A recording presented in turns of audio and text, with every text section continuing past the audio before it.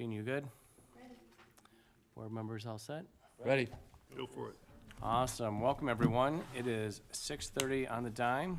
It's October 10th, 2023 for the Warren Township High School District 121 Regular School Board meeting. Ms. Love, if we could get a roll call, please? Mr. Anderson, Here. Mr. Carlson, Here. Mr. DeMonte, Here. Mrs. Martinez, Here. Mrs. Pope, Here. Mr. Schultz, Here. Mrs. Squires. Here. We have a quorum. Thank you, everyone. As we start off every open session, if we could stand up for the Pledge of Allegiance. Pledge allegiance to the flag of the United States of America and to the republic for which it stands, one nation, under God, indivisible, with liberty and justice for all. We gotta move that flag.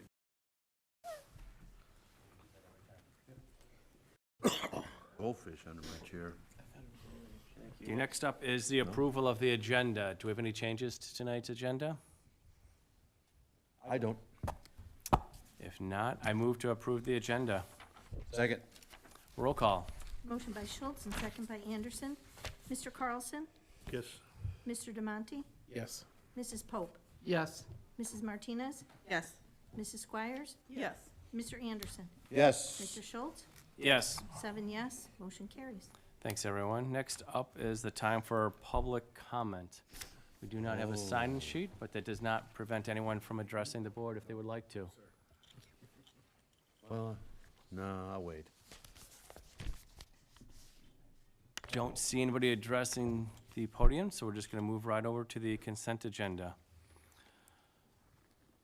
I move to approve the consent agenda items as presented, which includes personnel recommendations per Exhibit A, number 36, and Exhibit B, number B-232 and B-233 as posted. The payment of bills dated October 10, 2023, the amount of $644,220.66, and the regular meeting minutes and executive session minutes of September 26, 2023. Second. Roll call. Motion by Schultz, second by Pope. Mr. DeMonte, Yes. Mrs. Squires, Yes. Mr. Carlson, Yes. Mrs. Martinez, Yes. Mr. Anderson, Yes. Mrs. Pope, Yes. Mr. Schultz, Yes. 7 yes, motion carries. Moving right along, I'll open up the committee of the whole. I move for the Warren Township High School Board of Education to move to the committee of the whole for the purpose of this section of the meeting. Second. Roll call? By Schultz, Voice second by vote. Anderson. Mrs. Pope, Yes. Mrs. Martinez, Yes. Mrs. Squires, Yes. Mr. DeMonte, Yes. Mr. Carlson, Yes. Mr. Anderson, Yes. Mr. Schultz, Yes. 7 yes, motion carries. Thanks, everyone. First up is the Stakeholders Committee. Steve? Go on, you can go first, and then I'll do the last two. ISB resolutions are here, I believe. Somebody knows more about it than me. Sure, yeah, so you did, as a school board, submit a resolution to the Illinois Association of School Boards that focused on providing educational materials about suicide prevention, safe gun storage. So in the process, there's a committee that reviews and provides a recommendation to all school boards to adopt or not adopt. They also have this third option of don't even present. Unfortunately, we got the don't even present. So they are not presenting our resolution for a vote. But you still might, I'll kind of talk about what the resolutions are that the school board does need to consider. But you still might want to consider another proposal for next year. Yeah. So when I was the delegate last year, there were people that represented their thing to the group at large. Really? Oh, boy. And put that to a vote to see if the overall group would then approve. It's like, takes like 3 motions. First, they have to decide if they're gonna talk about it. Then they have to pass the, yes, then you pass, yes, we can do it, or no, we can't do it, and then they vote on it. So it's kind of a huge, crazy pain, but if you wanted to, as a delegate, you could do that. You could, obviously, you could research it and decide if you want to. The chances are probably slim, but you would get it in front of the group at large, which might bode well for the next time. Question for you. You looked at Ms. Pope, as you said, crazy and something else. You think she's the person who's just crazy enough to try and do that? I wondered how I got nominated to do this, by the way, but yeah, She's the new delegate. Yeah. yeah, No that's one what I else heard via email, I think, today, so. You probably Tony didn't was attend the last year. meeting. I was last year. Oh, yeah, Tony, No, and then no, I you. was the year before and I one and done. I passed It is that. a great honor. It's, I was gonna it's not a say, hot the potato. It's the baton- biggest honor you can baton have. is hot. No, it is and the- passed, yeah. But anyway, it'd be an opportunity for you to do Well, that if you would desire, is all I'm I saying. would consider asking you all, what do you all think should be done? This is a representative committee of, Well, if there's no similar kind of resolution in here, it might be worth it just because then other people would know that somebody was trying and would come talk to us if they agree that it's worth pursuing. That's why I was thinking it might build some momentum for next year. They list all of the proposals that were put in the brochure? I don't remember. Yes, yeah. Can So they ours is insert a in new there. one? It's Ours just- is in there. It's just not brought forward, so you wouldn't have to, you just have to say, I want to bring this one forward for potential approval by the entire group. But would they insert it in that same meeting? Yes, they'll To do it in the vote. meeting right there. You'd have to, first you'd have to vote to get it inserted, Okay, so if everybody voted, okay, yeah, we're gonna insert it, then they would vote on whether the group at large would approve it. okay. So it takes, and sometimes they vote on whether they should vote to insert it. And then they vote to insert it, and then, so it might take 3 votes, but Yeah, we, they follow Robert's Rules of Orders. yeah, we very could definitely get precisely. whoever the delegate is, the. know who it is. That's been We made could, we could clear. work to get you just the statements that you'd have to say, and you would walk up to the mic. Well, if you've met me, I'm no wallflower, Not shy, yeah. so, yeah, I don't think that's a problem, but And everybody has like a placard, and reds no and greens yes, or something like that. Digital thing now. We can go support you. Danny, you said they decided not to even talk about it. I mean, was this I'll be there. overwhelming, a slaughter? How bad was it? You know, we did not attend the actual resolutions committee meeting, so I don't actually know. It sounded like in their response that there were, like the suicide prevention sounded good, but the fact that there was some just mention of guns and safe gun storage threw some people off.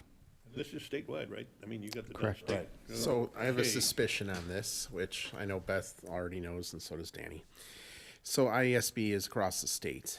Therefore, many times it pits suburban philosophy against downstate rural or western philosophy.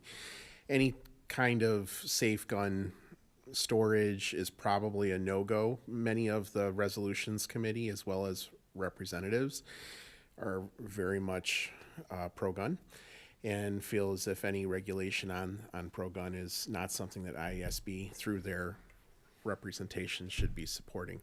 Therefore, I gave an alternative. IESB resolutions just lead to positions that they then go and advocate for through legislation or other means.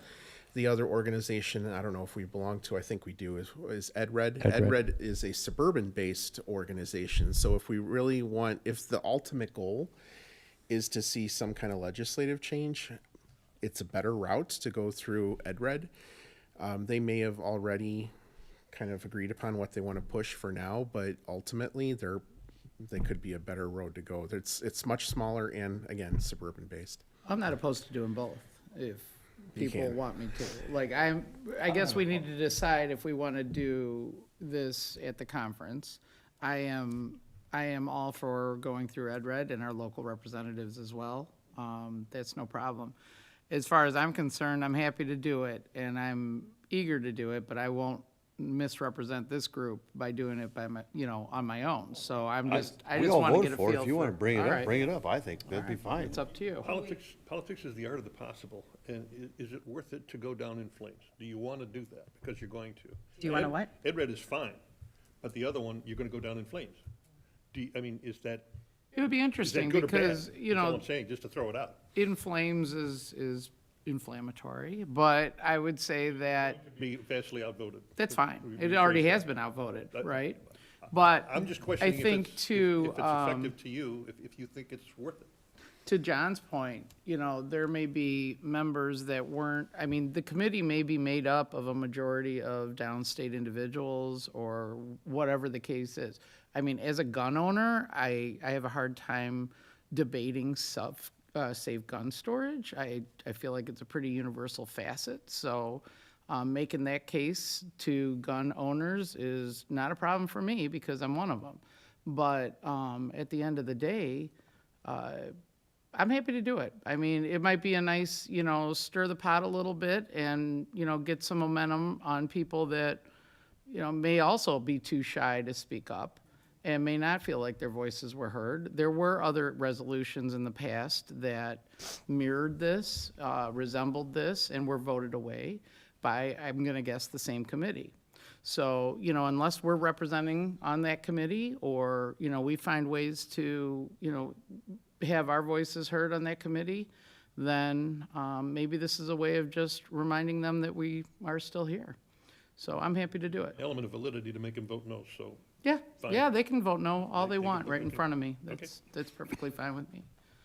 Do it. Okay, will do. And Can we then, get Beth on the committee to approve proposals? How do people get on that committee? I'm just Wait a minute, curious. I just got voted to be a, No, I'm just curious, not Beth, anybody. How do people get on that committee? I don't know. I don't know either. I did start looking into that. I don't know if you know anything about that. I don't know. I know one of the people that recently got on the committee from prior school district and was thinking I could give him a call or I'll see him at III and we Yeah, can just talk say, to him. hey, how does that work? Because then maybe that would be one way to attack it again, is to get somebody on there. So anyway, agreed. Nope, I agree. That's Okay. exactly, it's a plan. Thanks, Beth. sure. And if there's, as you go through and consider the resolutions that are up for this year, it's a good time also to be thinking about resolutions for next year. It was the first time I had submitted something, so Mrs. Pope and I were learning at the same time. Good learning experience for me. But if there's other things that the board or individual board members want to propose next year, we definitely can talk through that. There are 5 resolutions this year. 2 of them are being presented as a recommended support from this committee, not from me necessarily, but from the committee. One of them is to prohibit industrial facility construction near schools. The committee's saying don't support that. They feel like you should kind of as a local community make those decisions. The second and third ones, the committee's saying we should support or recommending we support, which are both kind of hot topics right now. One would give additional funding for school resource officers. Everybody loves getting new money, so that's probably a pretty easy one. And then one is to ease the requirement for bus driver training. There was some, bus driver training has gotten more stringent over the last couple of years, and with some of the shortage, that is something I'm hearing around the state is a desire to go back in time a little bit on training requirements. What would they make easier about the training? Right. So I keep having problems with it. That's what I keep Hot thinking issue too. here. Yeah. Yeah, so some of the requirements for bus, from what I understand, some of the requirements to drive a yellow bus require some of the same skills that you need to drive like a semi, and they don't necessarily apply to yellow buses as opposed to like a big haul. Would need to have your CDL or? Correct. Yeah. To me, they give bus drivers situation management training, for lack of, I can't think of what else to call it. Scenario training. Yeah, okay. Yeah, I've never actually gone through the bus driver training. I assume that there's some of that baked in there as well. There is a requirement for annual training and updated training in addition to what the state requires for their licenses. I believe the pre-training was everything that still applied to a bus driver today still applies, but there were additional things that were kind of above and beyond that they're trying to get away from. The fourth and fifth ones are not being recommended for approval. Number 4 is we have to do these employment history reviews now. Anytime we hire somebody new, that was a new policy that you saw a few months ago. And this one school district said, hey, can we connect this to something that already exists, like DCFS reporting systems? And the resolutions committee felt like that wasn't the right suggestion. Then number 5 is additional funding for some elementary safe school programming and some different personnel and discipline support. I think probably the one I would question most out of here is number 4. Number 4, just asking the legislature to consider, it's just asking the legislature to consider connecting the employment history reviews to something that already exists that might promote some interesting conversation at the legislative level. Right now, there's a lot of Swiss cheese holes in the background check law that just got passed. None of these are monumental, though. I don't think there's any really hot topics on here. But if you want to talk about any of them, this is a good time to do that. I guess the thing that jumped out to me is, like you said, number 4, I'm like, why wouldn't we want to connect it? It'd be interesting to learn more. And number 5, additional funding for, why would somebody be against additional funding? I believe on number 5, the committee, good or bad, I think what the committee said on number 5 was they felt like there was already provisions in the evidence-based funding formula for these types of positions. And so it was going to be hard to get additional funding for those positions, as opposed to the school resource officer isn't necessarily an allocation in the EBF funding formula. And so you could ask for more in that area. I think that was their logic. I'm not saying that's good or bad. Are there other things that fall outside that, like this, Earl? Anything else we could do along that line that wouldn't fit into this? As far as, I mean, we would, I think Paul's right, like additional money for a behavior analyst would be great. The discipline support, the specifics around that discipline support is they're asking that the state pull back some of its Senate Bill 100 provisions. There are a lot of schools around the state who have staff and faculty we would probably be included in this that are frustrated with schools' lesser ability to suspend students right now because of Senate Bill 100. And so some of that is provision is asking that we the state pull back on Senate Bill 100. So that's not necessarily funding, but a behavior analyst we would love some funding for. Let me ask you a semi-rookie question if I could. Is it the state legislature who tells us what we can do in terms of discipline, or is there a body in between? The state legislature specifically has laws that we have to follow. There are other bodies in between, but there are some, yes, they do. ISB also. ISB then, yeah. So the state Interprets legislator, and- correct. So there are the laws, and ISB is the primary organization that creates Administers administrative the- policy for us. Yeah. So I wanted to throw something out there while we're looking at these resolutions.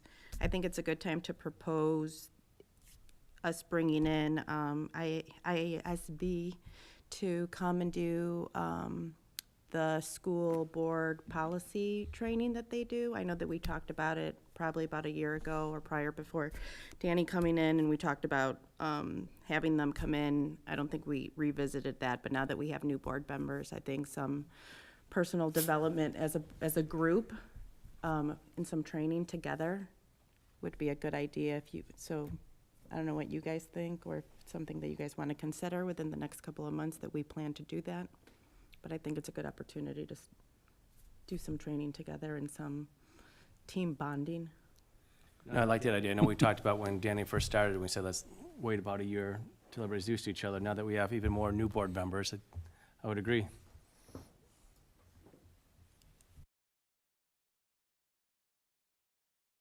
Good? Any kind. So you can set that up for us? Yeah, I wrote that down. I'll reach out to, I forget the name of the individual who did the search, but I know I can contact her and we can talk to her about that. Danny, could I ask you, do you have any thoughts about the alternative safe school funding resolution? I read it really quickly the other week when they came in, and that's something that I can definitely get into and give you probably more thoughtful response if that's one that you'd like me to look into. That? We'll move on to homecoming. I think since the Natalia rule kicked in on homecoming, you should handle homecoming. That's what I said before I was gonna do.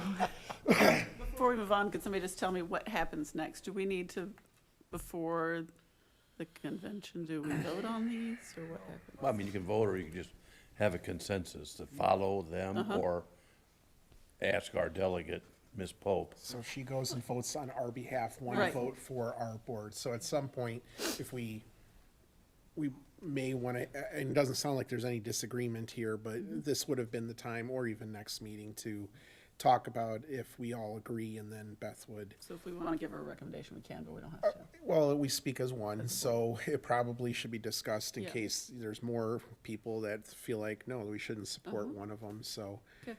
Yeah, I mean, it's. We can do that's- that the next meeting, too. We can also do it next Yeah. meeting. Yes, definitely. And it sounds like at least one board member wants me to come back with a little bit more information on 5. I can do more research on 5 and I think have some through the thoughts on impact. 5, but I'm curious to hear what you have Yeah, to say. I will do that. I'd be interested in what we're taking out of the school bus driver training. Okay, Just I can look into that. anecdotally. It's perfect.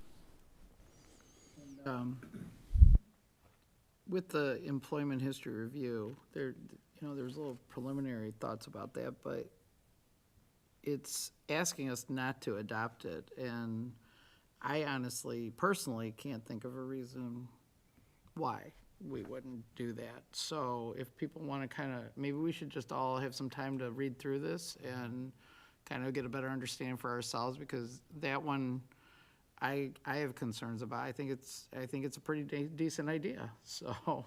Same here. I read through them. Yeah.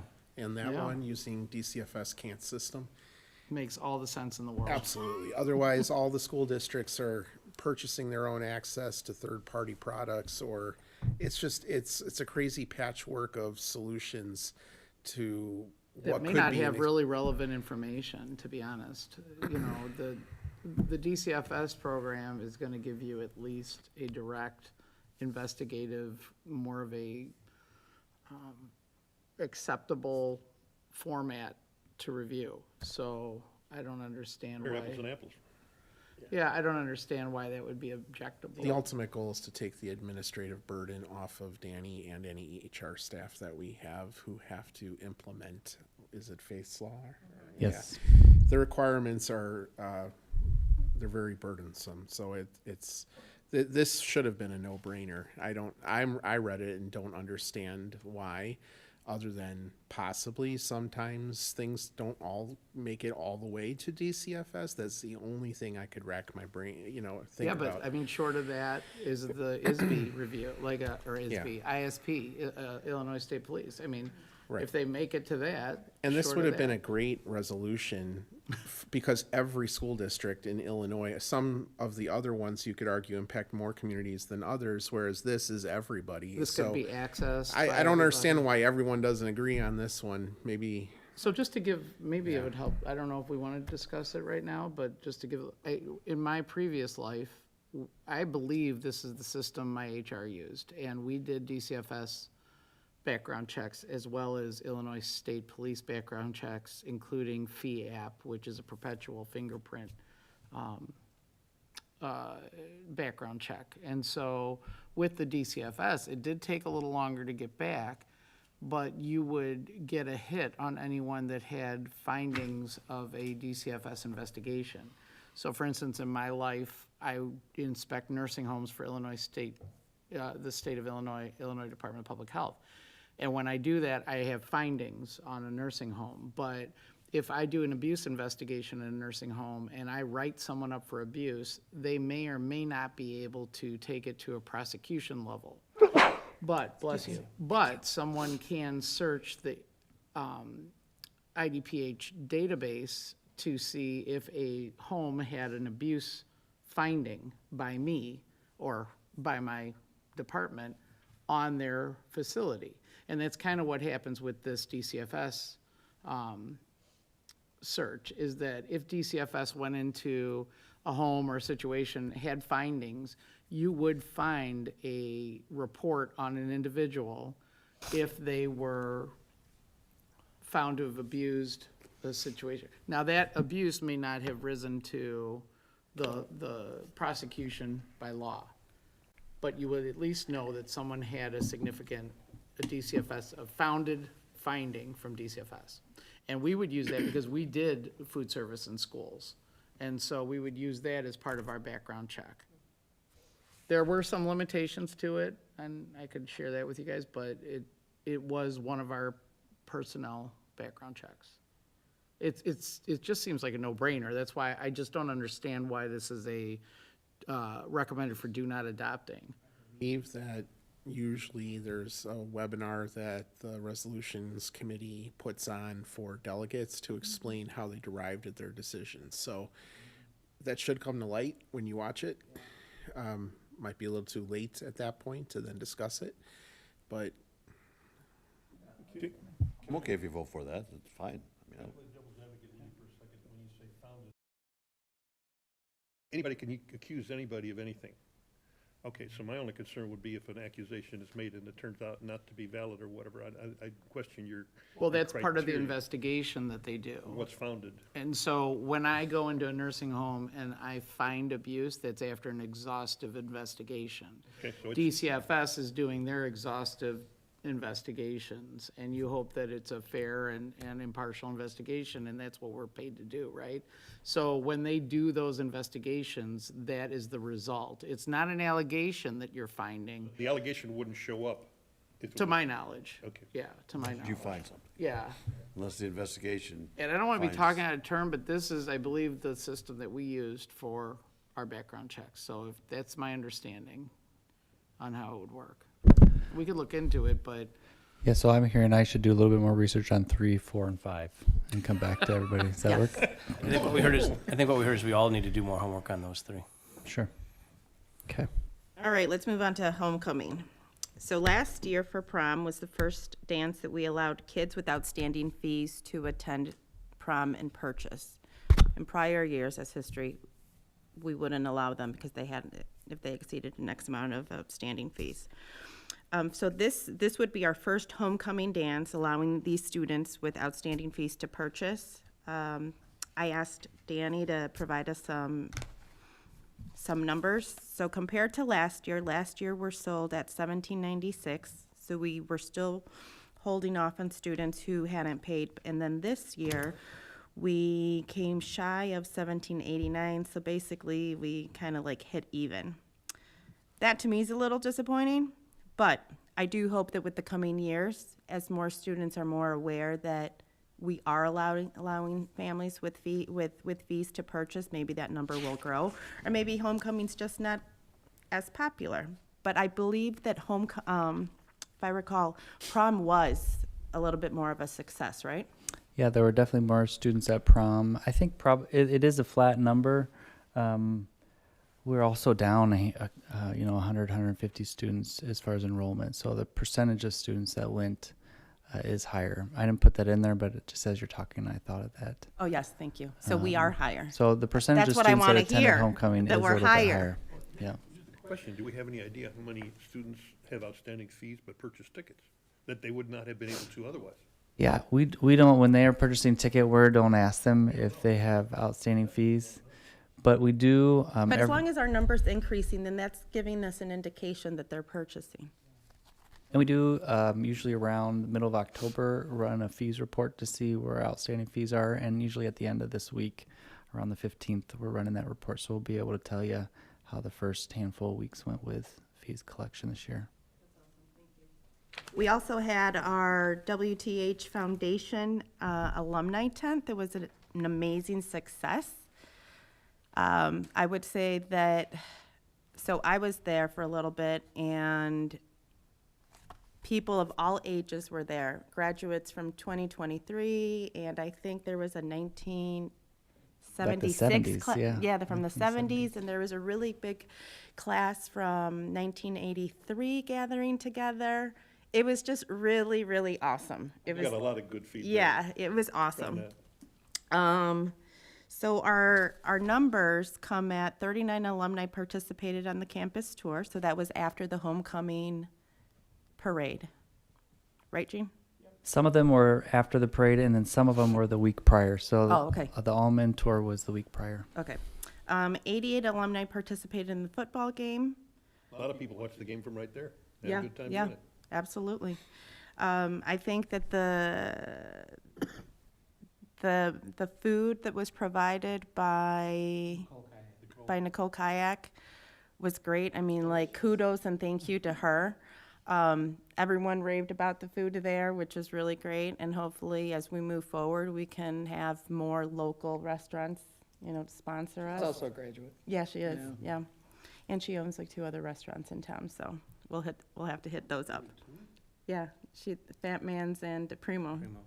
That man's technically not in town, but Yes, it is. not in Gurnee. It's in district. It's in district, Yeah. though, yeah. So let's 'Cause see, they- so 88 alumni participated in the football game, and the WTH Foundation members and volunteers participated in the parade. We had a great time. Steve, myself, Beth, Heard there was a motorcycle involved. Jean, Yeah, we have yep, pictures of that. And Yes. Team Carlson yes. raised $600 of that $700 at 50/50. We got really annoying people. For the 50/50 Yeah, raffle, Yeah. yeah. Steve was hustling. It was- I it was- vouch for I was him. pumping. Yes, he was. And his wife. Let's see, so we had donations with the 50/50 raffle, Lola's Tacos, Fish Home Services, and the WTH Athletic Boosters. I would also say that one of the things that I thought was nice too was that they had a web store open for some merch. And, I mean, I don't know numbers on how much was sold, but the table, when I walked in, was pretty full. And then by then, the night, there was like 1 or 2 left to pick up, so I think that was, right? That was pretty good, Jean? Pardon? One more left, person to pick yeah. up. I really think that it's a great thing that we're giving them more momentum and that we're working more with them. And hopefully, we build a pretty good partnership moving forward, because I think it had been pretty stagnant for a while. It's been, and I'm on that board now, and one of the things that concerned me, and I want to tread very carefully here because I don't know the history, but so my daughter is very much involved with the moms at boosters for the they feed the kids before the game and buy 'em. I was told buy 'em helmets, which astounds me. I mean, I can't picture we don't buy helmets, but I'd be interested in knowing what they do. I'm sure that- we buy helmets. what they do. Don't we feed the kids before the game? We have to have the moms do that, and they have to raise money to do it? I mean, I'd be interested to know what they do that we don't, and why, and if maybe the foundation, this should come up at a foundation board meeting, I plan to bring it up, but what we can do to help them. Right, but then you gotta think, if you're That's what gonna the do gr- it for one Oh, sport, sure, you the gotta other start sports. doing it for the rest of them. Absolutely, absolutely. So But I've that's, never uh, fed before a volleyball I game. just It's like to kind of know, cool. I'd like to know what's out there that we're not funding that maybe we should be. I don't know. Never fed any sports team before a game. No. Never. It's always been in the football. I just team, raised a hornet's nest. I figured I would. right, No, it's I'm normally just done within the giving parent you the or the history, parent but the- group. Parent groups have always done it. Yeah. Okay. That's always what Okay. it's been here. More Warren. meant as a team building thing that the team decides to do. Yeah. It's not a necessity. And then you don't wanna put they got money for this sport, but then this sport didn't, and then it becomes, again, the common feedback of more money is pretty much always allocated for football versus XYZ, and you don't wanna start that. Expand it into like just a quick overview of similar organizations, even for band or anybody else. I mean, Right, who's right. doing what for who? Yeah, I'd be very exactly. interested in knowing.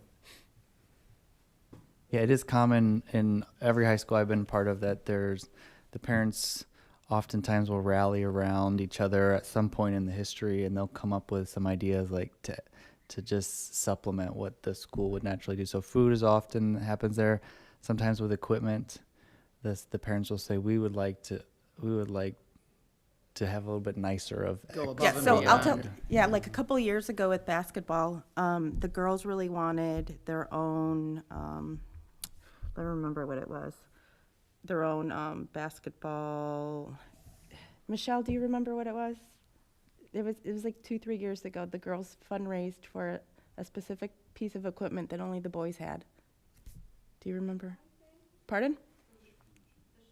Yes, the shooting thing. So the girls fundraised, and they, I mean, like, they raised it, and raised even over, and then they were able to purchase a couple other things. But as a team and as parents, like, it was, yeah, you're fundraising, but this is something that the girls really wanted, and it just wasn't in the budget for the school. But now they had something of their own. So, I mean, as a parent, I think everyone kind of takes pride in that.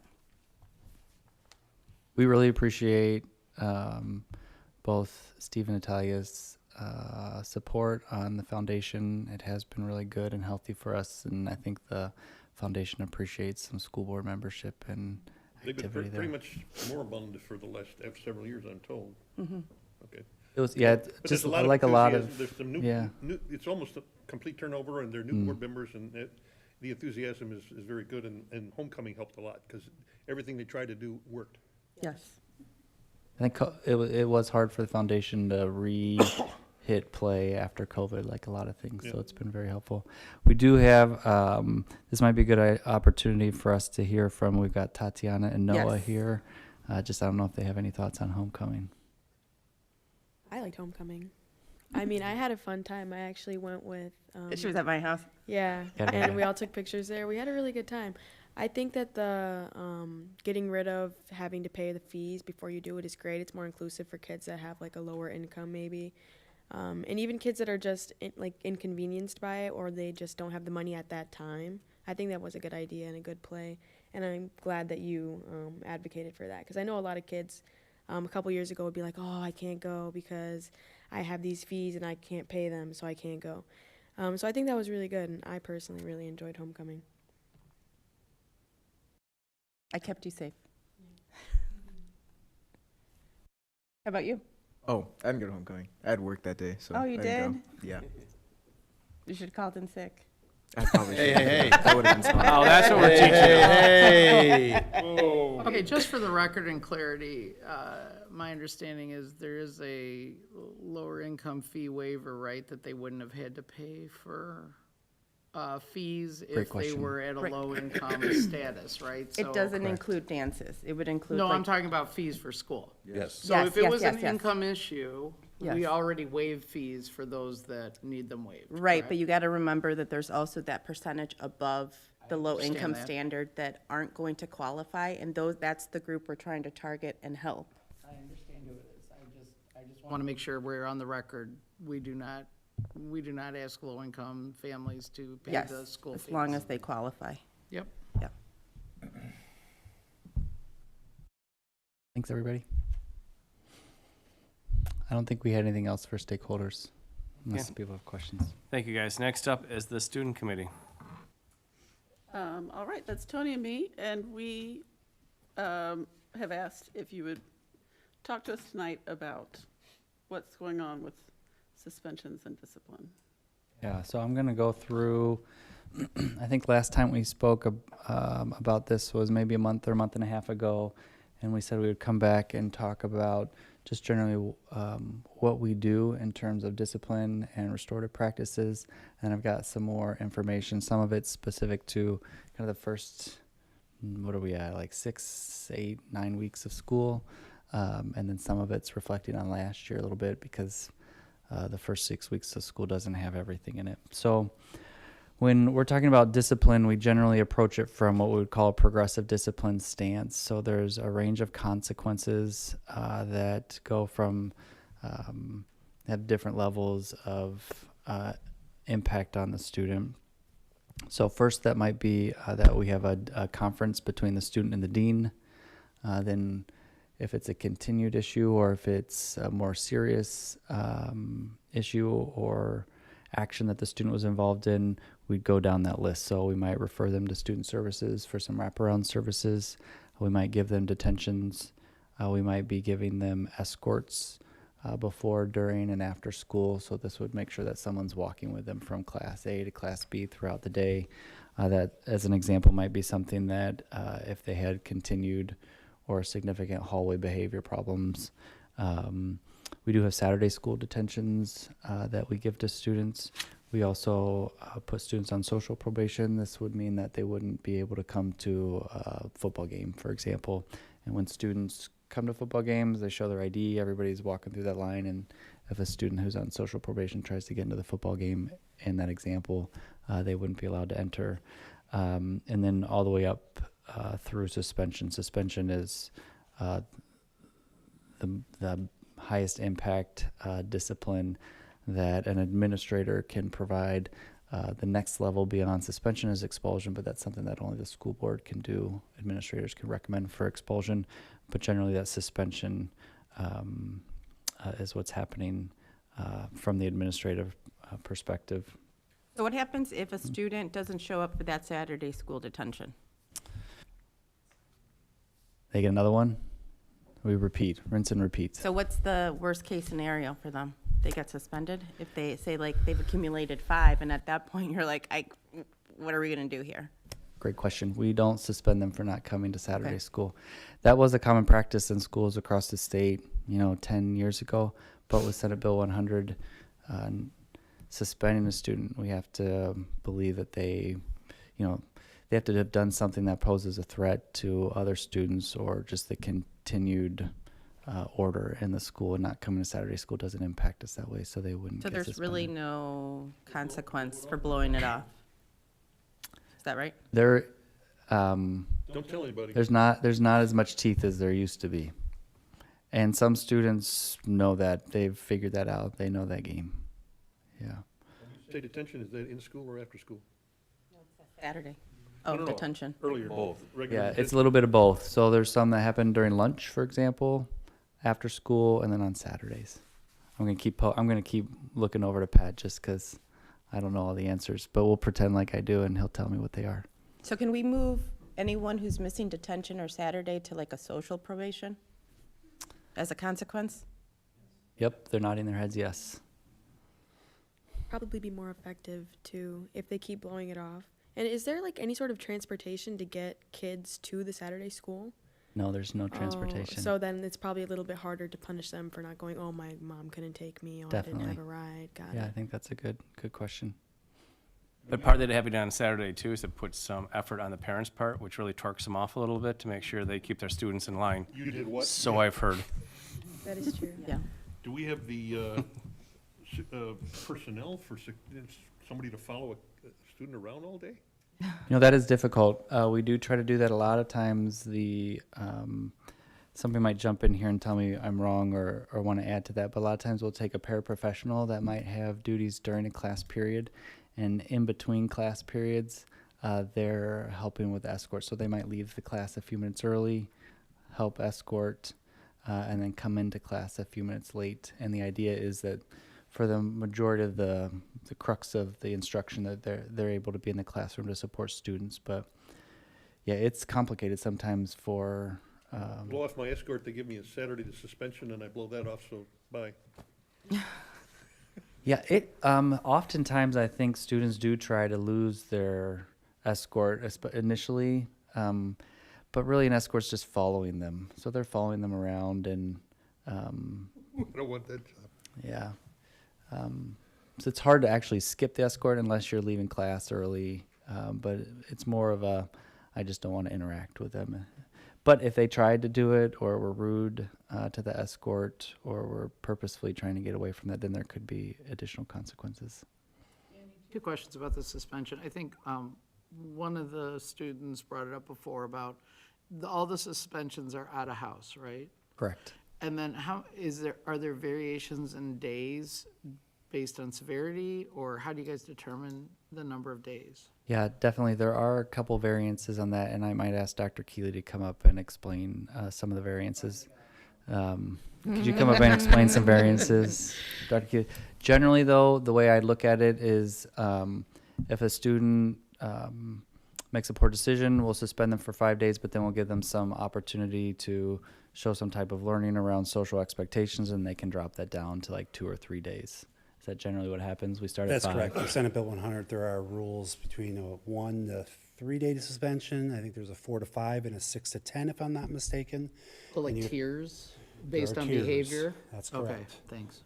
We have a buy down, particularly with drugs and alcohol, like if they'll do the treatment or the courses, they can buy down some of their suspension days. They still are suspended, but instead of being suspended 5, it might be 2 or it might be 3. They can buy down some days. We Based do on not, like an enrollment or a completion? both. Okay, Depends how fast they can get it done, but we don't want to rush them too fast. right. And the deans follow up on that. But typically that happens when they're suspended for a couple days.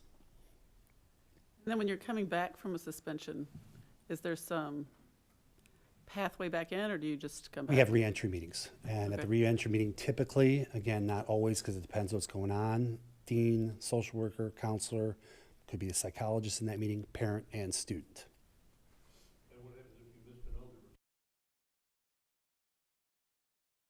Yes, we can't, that's double penalty, we don't penalize them twice. They take their test while they're in their, since, like, We're out of school, oh, they're out of yeah. school. You said something that I'm not sure I understood, but the only criteria for suspension is if it's a security issue, or what are the criteria for suspension? Drugs and violence, Drugs and violence, and that's it. that's it. Senate Bill 100. That's Feel Senate free Bill to 100. call your state rep. Got it. And the language around that is the student has to show, be a threat to the school or the continued running of the school. And that basically comes down to fights and drugs. So, with the student, and I just can't remember who suggested it, but the student that suggested that it would be an in-house Now not suspension. In Yeah, school Yeah. suspension. In-school suspension. in-school suspension, how much of a burden would that place on staff? I've seen it go both ways. One, we'd have to hire an additional staff member at both campuses, so there's a staffing cost to it. The benefit to it is the kid is here, so there is benefit to that. Could you push in services during that in-school? Absolutely, so that's a benefit as well. But then there's also the downside to it. Last school district we're at, they got rid of it because the students in there by fourth or fifth period, it escalated to something more than what it started being. They were in school suspension for a day because they missed a Saturday, and then they ended up telling the in-school suspension supervisor because they weren't happy sitting there being quiet doing their work, and it escalated into a negative interaction and ended up being more than what they were in for, and then they ended up getting out of school suspension. So it's not that simple just to do an in-school. There are certainly pros and cons to it. I know some schools do in-school still, not all. I mean, it's still a suspension, so. On the spot. I don't know how effective, when you're talking about adding a staff member to both sides of town, I would rather have a staff member doing something else Could you than watching. consolidate it in one building, like, for one student? I suppose you Or could. for several students in different, I mean, could you have like, how many, okay, let me How many back are on up. suspension at the same? How many yeah. are under suspension on a given day, week, month? We have a very low suspension Yeah, rate. because we would have to approve. Very right? low. So- Are you talking 2 or 15? Suspension. or That's what? expulsion. Expulsion, yeah. Expulsion? Yeah, no, suspension, I'm Suspension, sorry. We Okay. got sidetracked. We have a very low suspension rate. So we're talking about how many kids in a month, Suspended out of school? total? You get those I mean, Yeah. it's not much. If you not had the much. class that she's talking about and it consolidated, how many students would be in that class on a daily basis? Yeah, I can look some of the 2, specifics 5, up 15, for this but- right now. I don't think it would be 15. No Oh. way, not even Is there a close. concern with cohorting I- kids that are having maybe behavior concerns, though? I can imagine. Well, if you that- have a kid that's violent and fighting, And you don't. I don't want think a in-school cohort. suspension is appropriate by any means. They need to get out of the campus, cool off. We have to get our ducks in a row for when they The reason they're return. getting suspended on the most part, right? What's that? That's the really only reason- suspension and drugs. Okay, drugs, right. And you don't true. want two students who are fighting to be in the same room. That only escalates the That's why I problem. don't see it working for fighting. But could you make the argument for drugs and do some wraparound services for that? Yes, you can make the argument for that. Okay, but Pat, you said if we were gonna have more staff, rather than having more staff so they can monitor in school suspension, you Right. would what would you want more staff to be doing related? Well, I to think we made a this. huge step this year, adding a lot of student service staff, and I think we're going to see a difference in the overall numbers. I think we're already seeing that. I think the climate of the buildings is much different. Really? And I think that's added to it. And I think we're another year away from COVID too. Like that's the biggest factor, without a doubt. Cell phone. Yeah, the Yeah, cell and, phone and policy. the distractions, cell phones, no question. Do you guys feel now that we're in a couple weeks, Yeah, ask how's the Vic to cell tell you. phone situation going with the students? It definitely works. Okay, good. I get my work done, obviously, but just like having the thought of mid worksheet, I can just pull out my phone and start like doing something other than my worksheet. Like not having that or having that thought that I can't do that, kind of helps with my with the workflow. Like I only have this to keep me not bored. really. What about you? I've never really used my phone in school. I mean, every class that I've had has always had like that policy already. So it hasn't made much of a difference for me, but the few regular classes that I'm taking, I took some regular classes my sophomore year and my junior year, like math, and I did notice a big difference in those classes. Because, I mean, at Eau Plaine, my sophomore year, kids would be watching Netflix while we were taking notes, or they'd be just listening to music with their headphones in the entire time, and I've noticed that that has pretty much completely gone away. If I could jump in here regarding the in-school suspension conversation, there's probably two different ways to approach or to think about that. School districts in the past have done, and you could consider some type of in-school suspension in lieu of the out-of-school suspension. Last month, it looked like we had less than 20, and the large majority of those were some type of aggression. And so our preference will most likely be to remove them from the school for a period of time to calm things down. So you've got very few, but a couple drug incidents in there. Really what we moved away from as a state was in-school suspension for more minor infractions.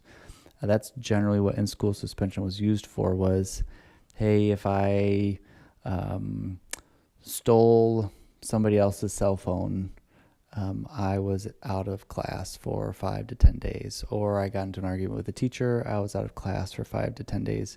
Generally, the higher level fights and drugs have always been an out of school suspension, but school districts were using the ability to pull kids out of, or they were using the consequences to pull kids out of class, and that's what. Very subjective too in some places, correct? And I think yes, and Senate Bill 100 is trying to make sure we keep kids in the seats. Just to move us along, the Sure. student committee has till slide 28. That's not a joke, and we're only on slide 1. So Let's go. we may want to move forward. Okay, I'll keep And, going. I mean, it was good discussion, but we either do that or maybe we clip some of our material for next time too. So right now, in the first handful weeks of school, our top 5 issues, the ones that we're giving out the most discipline referrals, are tardies. We're up on tardies compared to last year. We do have an automated tardy system, which is probably impacting that. We're about equal on truancy and the number of classes that students are skipping compared to last year. We have a lot more cell phone violations than we did last year. I'm guessing that's related to the new policy and just implementing and executing that. We have a slightly increased number of classroom disturbances that are happening, or being reported, I should say, and disrespect is about the same as it was last year. Again, it's only the first handful of weeks, but this is kind of the trend that we're seeing right now. Things that students are suspended for are drugs and then fights, which could be a physical, really aggressive fight where people are hurt, a physical altercation where there's no injury, or some type of really aggressive verbal altercation. So just to put these into perspective around the diversity conversation, when people ask me what the demographic makeup of our student population is, the way that the state reports it is about 1/3 of our students are white, about 1/3 of our students are Hispanic, about 10% of our students are black, 10% are Asian, and then we have another category. These don't add up to 100, so don't do it, but this is generally how I remember this.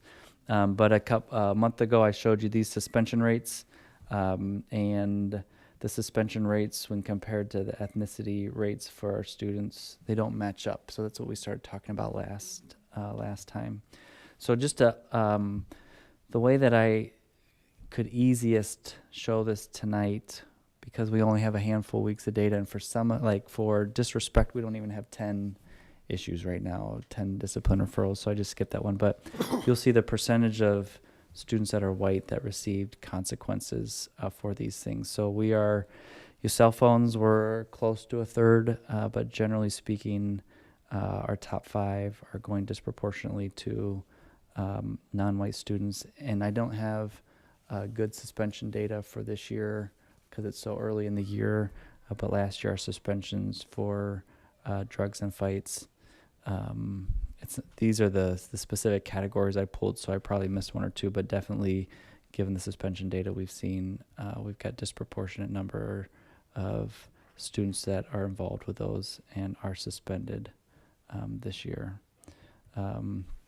So that's the conversation that we, I think, started having last time, and it's a little bit more information this early in the year on the types of things that we're doing and kind of where the numbers are at right now. Did you pull the same information for Hispanic and Black? Yeah, I did. I was just trying to come up with an easy way to show it on a single slide, but I do have it in there.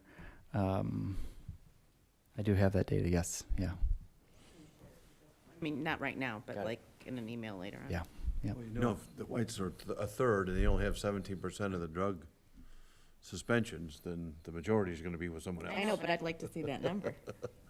I could guess. Do we know why the disparity? I don't think we know why there's a disparity here. That would be the golden ticket question. Because I think the reason we want to look at this is because we want to make sure that all of our students have equal access to the classroom. And right now, it doesn't seem like what we're doing is providing that opportunity for equal access to the classroom. I don't know why.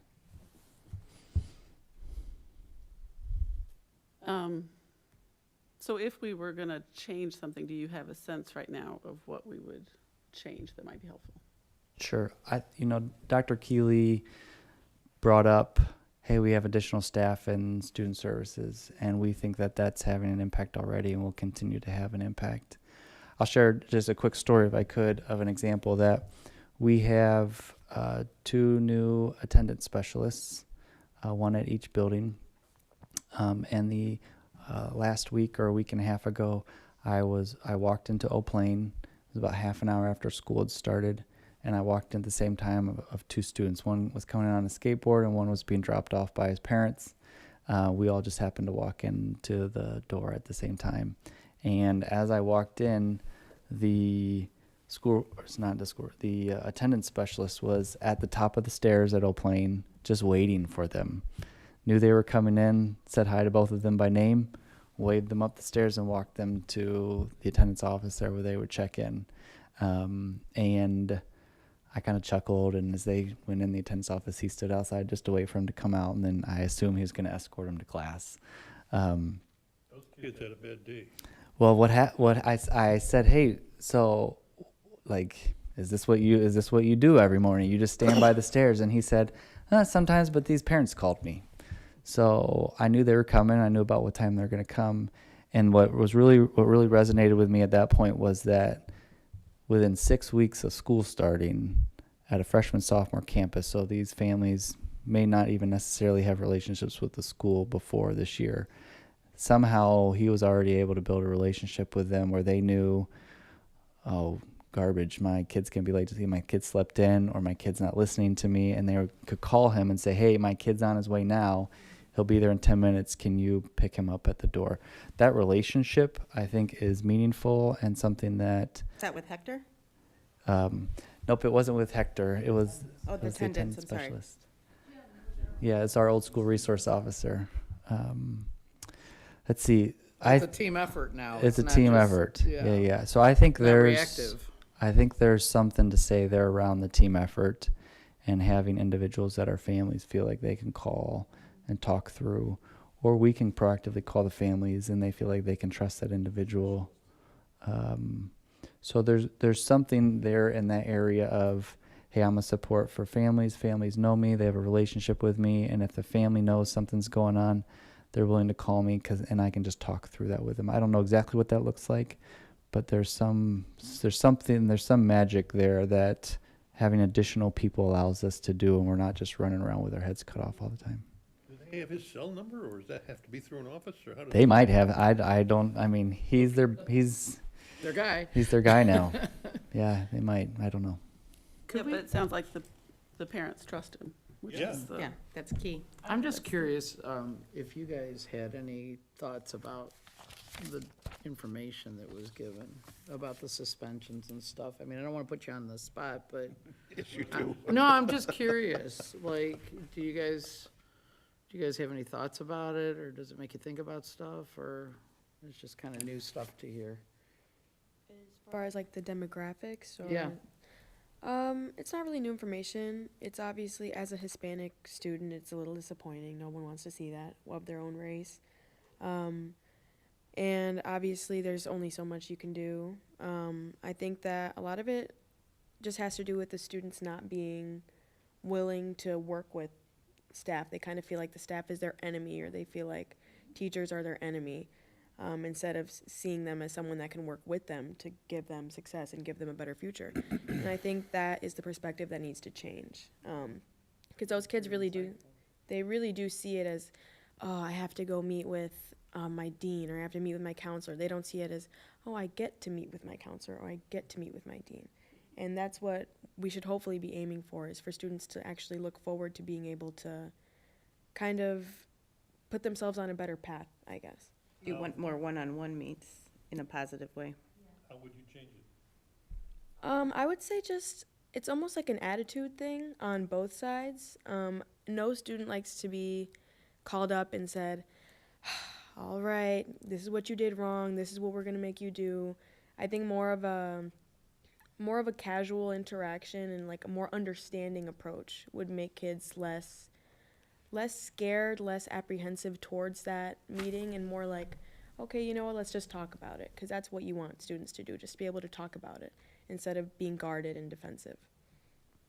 Going along with that point, I think seeing someone that I guess, I don't really know how else to word this, but seeing someone that's like you and talking to someone that's like you helps with that, like, kind of like casual conversation point to get like a point through. Like, I mean, you can relate with someone of a different race or ethnicity or gender, but I feel like to really drive a point, you get someone who looks like you. Like, if an African American student is having a problem, like, you would go, I feel like if you got to choose who your dean was, I feel like majority amount of the African American students would go to an African American dean. But yeah, just like seeing someone and talking to someone that looks like you, like, helps. Yeah. It really does. I think that I've heard a lot of positive things about our new dean here at Almond. I think she's maybe half black, half white. I don't want to make any assumptions about her race, but I've heard a lot of positive things about her, and they were like, oh wow, like, it's cool, like, she's a girl and she looks like me, and she's not completely the opposite of me as far as the way that we look. And I think that helps students feel a little bit more comfortable. Obviously, we can't just go hire people based on their race, but that does. It's just hard. Yeah, but I think that a lot of students do feel more comfortable when it's someone that's kind of like them. But I think that finding that point of being able to relate to the student, whether it's a white dean, a black dean, a woman dean, or a male dean, I think that it's that being able to relate to your student, it's going to make a big difference, I think. Crazy thought. I don't want to belabor this too much, but Because we have slides to do, right? we do until 28, 15 more. So Schedule. I'm just warning you. Go on ahead, that. Tony. So I don't even know how practical this is, but do we assign deans by alpha slice? Yes. Is there, and I would imagine probably every school does it that way, but is there ever an opportunity? Is that legal What? to do what you're about to say? Oh, I haven't even said what I'm about I to say. know. I think it's a great idea. To allow, to have, and maybe it's a staffing issue, but to cushion open slots with all the deans, just for touch points of one that you may connect with in a maybe has the same interest as you, or maybe whatever. Like, it kind of harkens me back to academics when you have what do they call it, like a genius hours, interest-based learning. You tend to, well, maybe there's like people that you would, I'm kind of building off what you're saying, connect with more, pick the reason. And I think you could only probably achieve that through additional deans to open up slots, you know, for whatever, an hour a day where there could be a touch point with any student, not just the ones within their alpha slice. You're not saying reassign them, it's just have them No, available I'm for- saying build availability in their schedule for, yes, you have the students that you're mainly responsible for, but, and again, this may be impractical, but maybe there's a slice of time where any student outside of the alpha slice could also come and touch base and say hi, or, They feel more comfortable with That I'm sounds like a saying really try good to idea. build in, relationship. Yeah. I was running off of what you guys had said, and Well, I it's- was trying to think of a way to implement that. It's a perfect suggestion in a lot of ways, because personally, a friend of mine who's a student here just lost his favorite person, and they connected through fishing. And so now this year, he's Space. got a completely different person. I'm like, like, It's he just- just lost that, like, that We're not gonna super Switch connection. buildings? Yeah, and we're not gonna solve it today, and I don't wanna pretend to, but maybe there's a way to better match than Alpha Slice. And it could be assigning deans based off of interests. It could be assigning deans, I mean, really thinking outside the box here. But, I would just ask maybe, if it's unrealistic, you know, at some point, mention that. If it's somewhat realistic, could be a good administrative discussion at some point. Tony, I'm not sure how that would look, but I think that's a have brilliant no idea. Yeah. Sounds like a I mean, really I'm good thinking, idea. I'm thinking even along the lines of, not a fair comparison, but let the deans help pick their caseload, if you will. If there's a certain need, if there's a certain population of students that need a dean right now, have the dean say, hey, I'd like to help out with that group over there. I have time, let me help out with that subsection of them. Maybe Yeah, and I- deans have a better suggestion too, who Yeah, knows? So. For sure. That sounds really great, and I'm sure that there's a lot of deans that would maybe take a special interest in certain demographics of students. Like I know that Dr. Brown really enjoyed working one-on-one with Black students and making sure that they were set up for success. And I know that, I mean, me personally, my sophomore year, there were some personal reasons that I had to talk to the deans and whatever. Nothing bad, but you know, I had to talk to the deans, and I remember I had Dr. Brown, and you know, I like Dr. Brown, but he was a guy and I was a girl, and there is a little bit of a disconnect there. So I remember he brought in Dean Perry, and it was really a lot more comfortable, and being able to talk to someone that was kind of, you were able to relate to, it did really make a difference. So exactly what you're saying, being able to talk to any dean that you kind of want or you think that you might have a better relationship with, it might be easier for students to talk about something that's And bothering if them or the something that's ultimate goal happening. is to provide help to the students and change the trajectory of that student's life, then maybe Alpha Slice isn't the way to go. Yeah, what I appreciate about this is I think it actually aligns really well with my thought on like, hey, we have some of these new positions. We're starting to build relationships with families that we weren't prior, or maybe there are some ways to think outside the box to build the relationships to be stronger between students and the people they're working with. I do want to make sure, Tatiana, that you mentioned something about like maybe being disappointed the numbers. Our purpose in reviewing the numbers isn't to blame any students for it. We just want to, like, we should be talking about this. If they're not, It's the cold hard facts. Like you can't deny it, and I think that anyone that kind of takes offense to that, I think that they're looking at it from the wrong perspective, because obviously no one wants to see that. That's just how it is, and I think that our goal should just be to change it as much as we can to make it more even and make it as low as possible. If we don't talk about it, it's not gonna change. And Tony, I gotta say, your suggestion, like I said before, I'm not sure how it's gonna look, but to me, that's one of the most thought-provoking ideas I've heard from the board in a real long time. If we're truly interested in helping out all our students, I think that's a brilliant idea. I truly do. I think that's a great idea if we're gonna try and help out every subsection of our student body. Students should have some. So, I think this is all good. I think a lot of this, there's different ways to implement it. I think you can't create chaos, obviously, but you can certainly do some things that would be helpful. But I think the other thing that we have to, there could be other commonalities within these groups who are getting suspended and getting in trouble all the time. Maybe there also are underperforming students. So maybe they're frustrated with the whole situation because they're just not doing well and they're just angry. And this has been rattling in my head since our last committee of the whole. We talked about our underperforming ethnicities, overperforming ethnicities, whatever. And Danny, you said something to me that just like hit me like a sledgehammer when you said, well, yeah, you just can't catch kids up. You can't, right? You said the best schools in the country catch up 1/3 of a year per year. And those are the highest performing high schools in the country, right? Yes. 1/3 of a year. So the most you can hope to make up is 1.2 years in 4 years, current structure.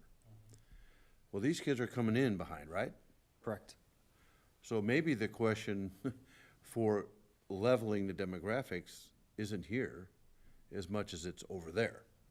So these students who are underperforming or who are not up to whatever the level that the state has deemed they should be, perhaps we need to take a look at where did they come into the system? When did they first test them? In first grade? Were they behind in first grade? No. When did they get behind? Because we can't, if we can't help them to the extent that we would like to without changing the whole system, then maybe we should be working with our feeder districts in a different way so they don't come in behind. Or maybe we should say, if they're behind, you should keep them. So I made Or Danny. make them study more, or whatever I don't know what the answer is, but I think. No, I that- agree with you. I think we either have to change the way we teach underperforming students by saying, okay, then you're taking reading in your freshman year. So You have no electives. there could be a correlation there, but we don't really know for sure. Right. From these statistics, what we know is there is a racial disparity. We're not sure why. So, They come in with the racial disparity is there when they come into the high school. okay, possibly, probably. It is. We know that for sure? It is, Okay. yes. So, I feel like maybe we need to wrap this up soon. Well, anyway, So I just one- wanted to get that out, so We something could else to think say about. the diversity committee is up and running again, and maybe we want to ask the diversity committee to try and do some sleuthing and, Real quick question before we go. Do we track performance or in any way evaluate the difference between Gurney Grade and Woodland students?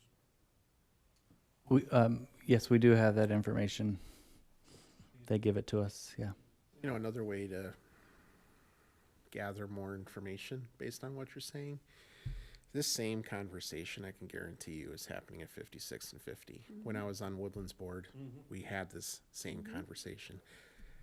If those conversations are not already existing, maybe those committees could overlap if they haven't already, because it's a community challenge, not just a Warren challenge. So maybe there's a way then through that, if there's some commonalities, to align resources as well, to serve the same families and kids. So there could be offshoots of those discussions, but you're right. I mean, it's not a siloed conversation. So maybe to start, 50, 56, and Milburn too, right? Like, Correct, a little bit of so I would assume they all have a committee in place, and maybe there's an opportunity on an overlapping day where they all meet jointly or whatever. I don't know. It's administrative Just stuff. we're trying to figure out a way how to spend our money to help this process be better, to help these students catch up. And current statistics tell us that if they're 2 years behind, we're not catching them up. So perhaps there is like you say, resources, we need to go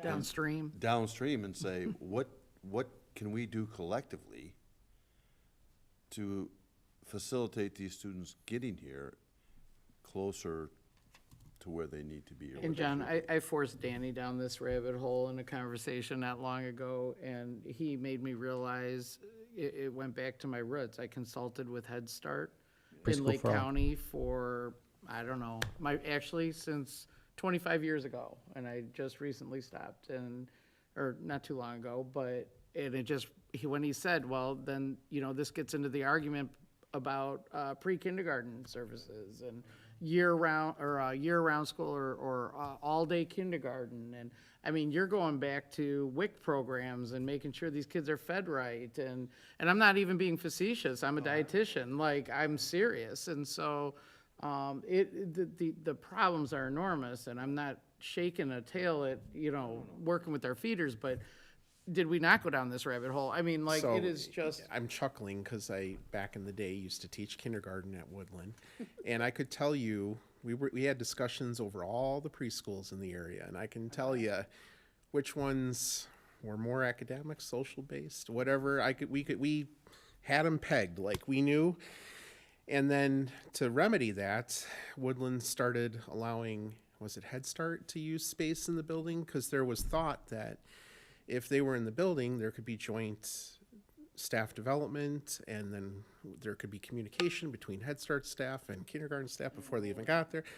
Some of the stuff's been, you know, it's so funny how high school talks about the elementaries talks about the preschools, and then Yeah. you could probably even blame a daycare somewhere Right. for.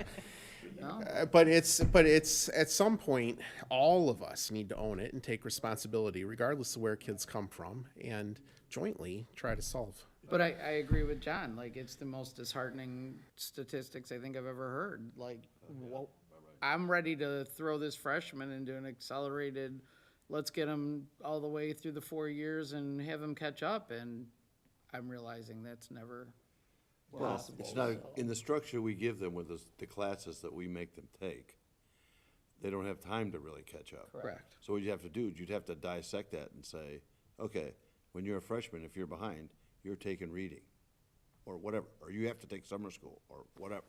Is there a handoff I don't know what situation, so the- you know which of these kids, when they Yeah. come into us, they know who needs help and who doesn't, right?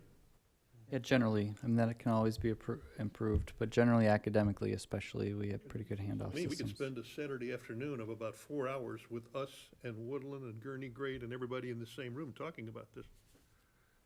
And it's not to say those conversations haven't already happened. I've every reason to believe they have. But among all of us at the same time, in the same place. And that they don't land in resources and financial ability to do certain things. I'm sure that, you know, every grade school would love to hire 1,000 more supports, right? But we're all in the same bucket.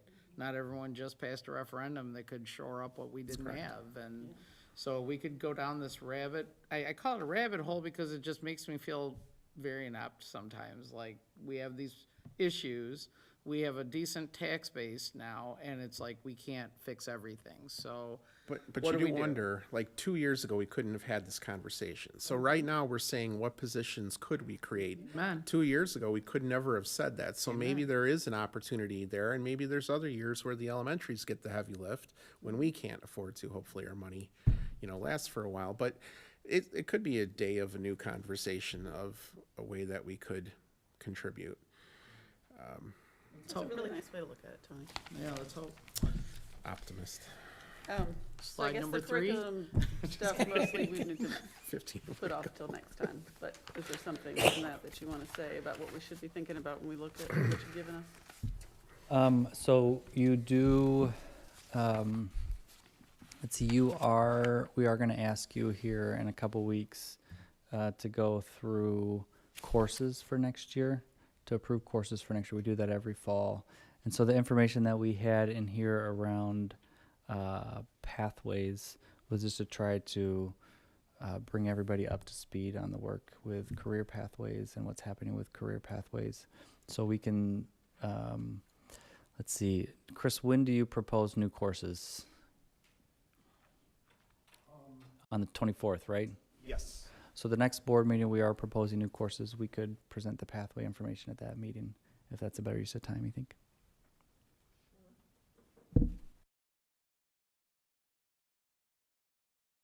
Great discussion, though. Time well spent. Yes, absolutely. Right? Yeah, would you like us to wait then? That sounds good. Okay. Thank you.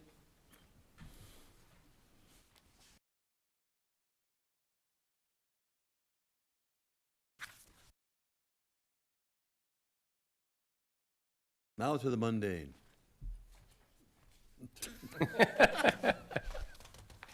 Oh, that's us? Yeah. Oh, these are mundane, but anyway. So, I guess we had a few things that we touched on last time,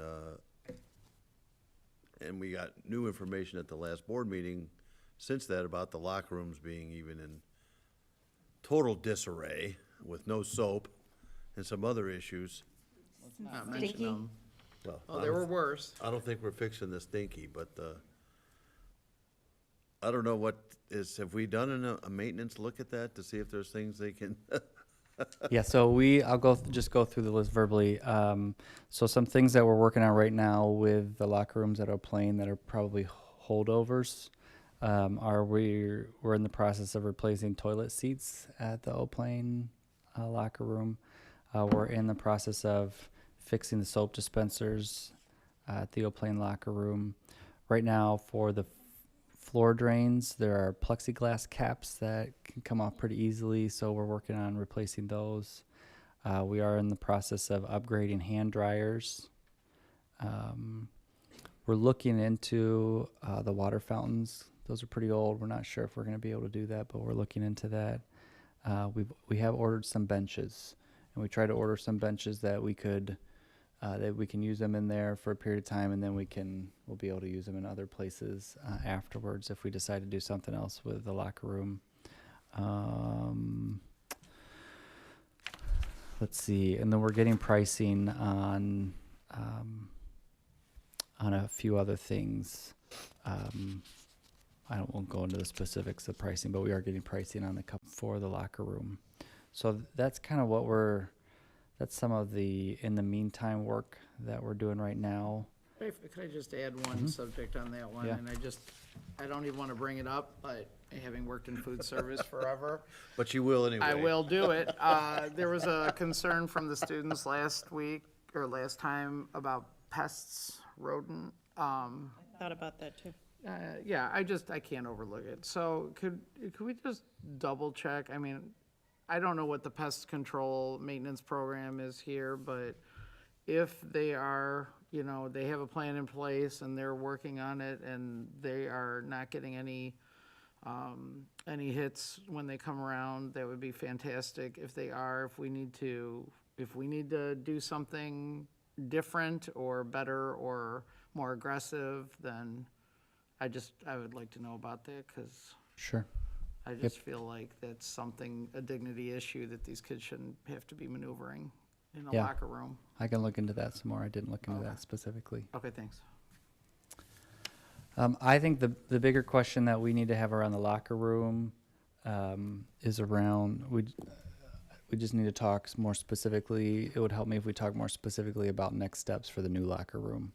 So back right before COVID, we got a handful of different estimates or conceptual budgets on constructing a new locker room. The highest one of those that I could find, other people might correct me, but the highest one of those that I could find was about $6 million. That would include the excavation, the landscaping afterwards, and all the construction, obviously, of the facility. And it was going to take them about a year and a half to start doing that work, most likely once that project was approved, probably. So I assume the costs have gone up since then. It looks like when I look back at historical documents, John might be able to correct me on this, but a handful of you guys were on the board back then.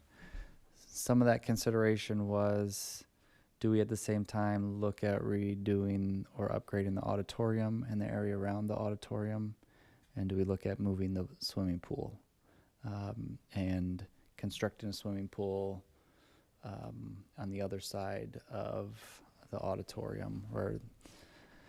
So the project's scope could include anything from just a locker room to if we're going to get in there and do this, let's do it all at the same time.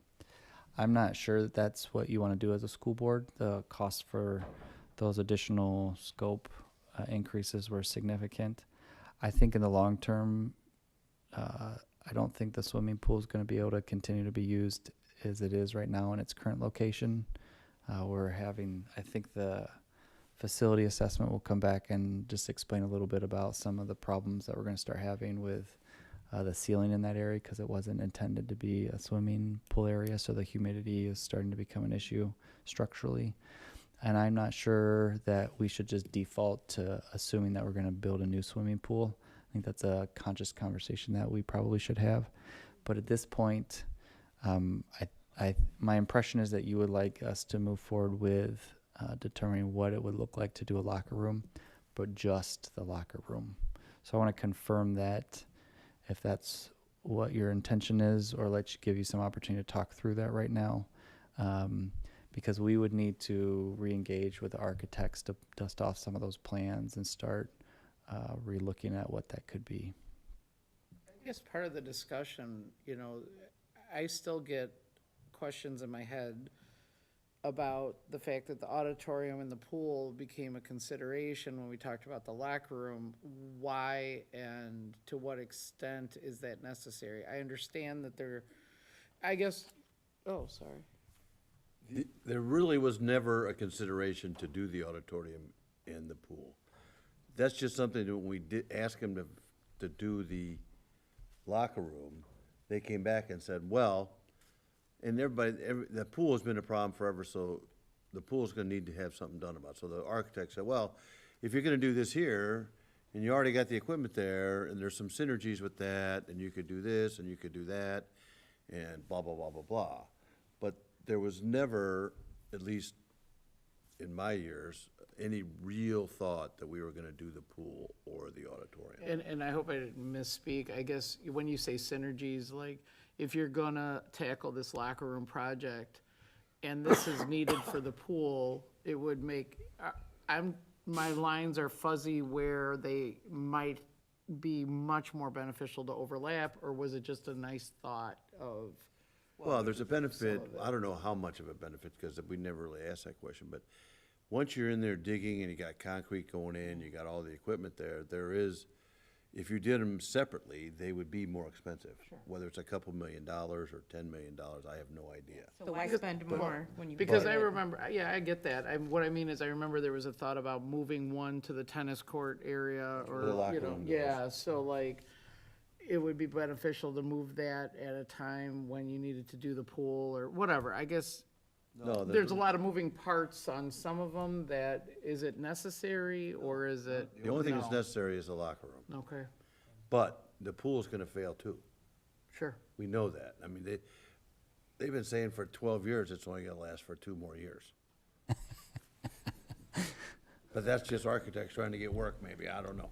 But the locker room has got to be upgraded, so the main gist of this pricing was really just about the locker room. And then they said, well, you gotta run the building, there's just some things that,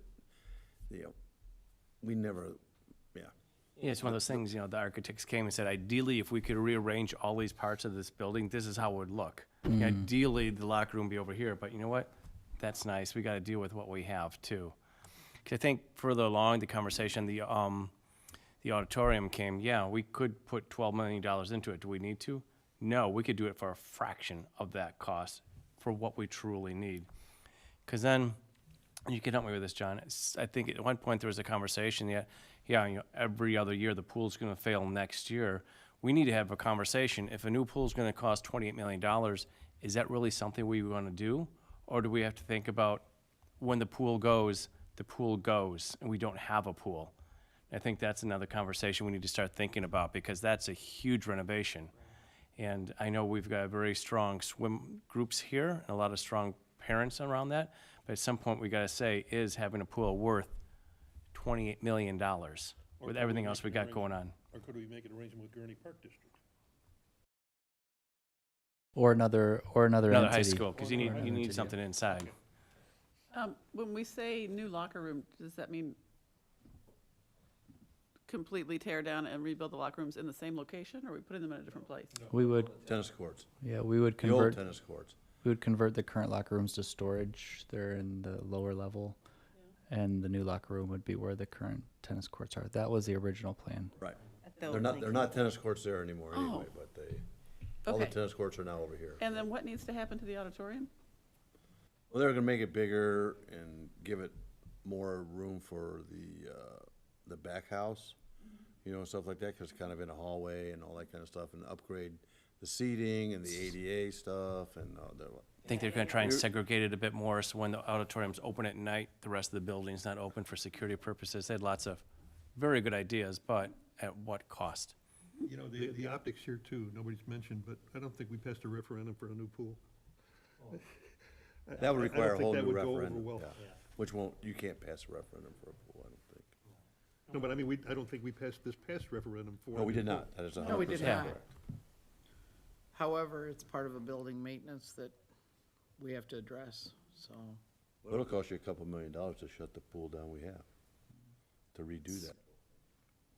Yes. I think that a pool is an important part of any high school, and being if we have a rigorous sport in that area, that it needs to be really taken into consideration on which way we're gonna go.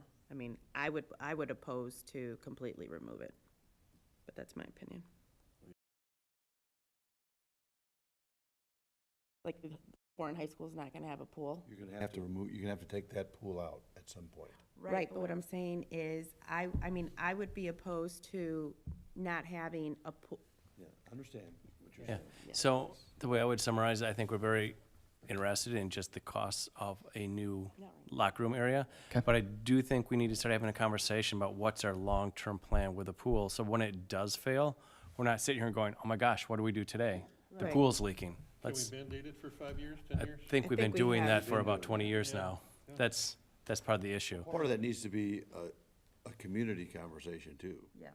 You know, which we go say, okay, what, does the community want to spend 28 Right. million on a pool? I mean, or whatever, the price is, blah, blah, blah. Could we, once we get to that point, is it a board meeting, or is it like a community town hall meeting that we have? Like, which route do we go with that? Or what's most appropriate when we get to that point?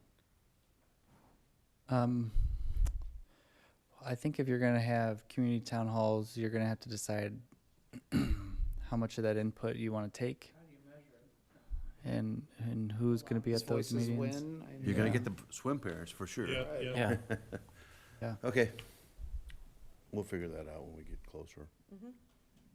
The other things on operations were just an update on, we've got the facility assessment coming in. We are pretty sure that we're confident that because we've seen a rough draft, that the assessment's gonna reference ADA access to the band and choir rooms, and just a review of any current lifts and elevators that are used by wheelchairs. So those are projects that we probably could go ahead and start to work on this summer, but we need to do some back work right now. So if that's okay for us to start doing some planning for that, I'd like to start doing some planning for that. We are waiting to get a quote for the turf last year. The quote was around $650,000, so we're waiting for that, and we'll get that to you when we can. And then so the board also asked me to come back with just some research on a facility decision-making matrix for facilities. So I did find what looked like a good decision matrix from Wisconsin. I sent that to the school board.